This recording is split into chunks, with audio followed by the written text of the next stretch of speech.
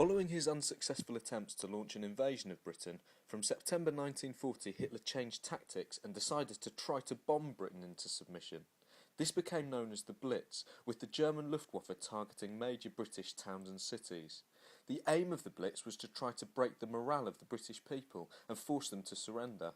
Hitler believed that if the British people saw their homes being destroyed and their loved ones being killed, this would force the British government to surrender. As well as this, Hitler wanted to destroy the transport and industry that helped the British war effort, such as shipyards, factories and railways. From the 7th of September until the 2nd of November 1940, London was hit by German bombers every night.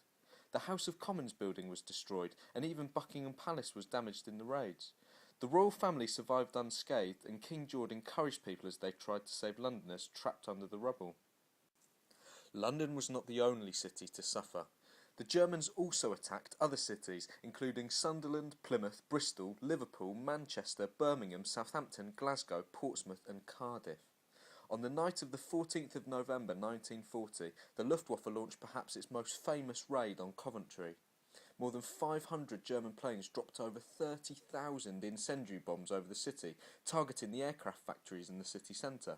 Much of the city, including the cathedral, was completely destroyed in the attack. Throughout 1941 and 1942, other smaller towns and cities were hit in the so-called Baedeker raids, chosen by German commanders from Baedeker tourist guide books. The cathedral cities of Canterbury and Norwich were amongst those hit. Throughout 1942 and 1943, as Hitler increasingly focused his attention eastwards, the threat of German bombing raids decreased.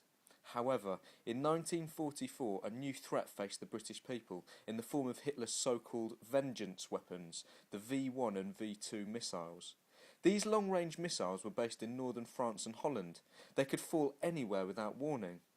The V1 rocket, nicknamed the Doodlebug, was a pilotless plane that could carry up to 1 ton of high explosive. Just over 10,000 of these weapons were launched against Britain, killing 6,200 people.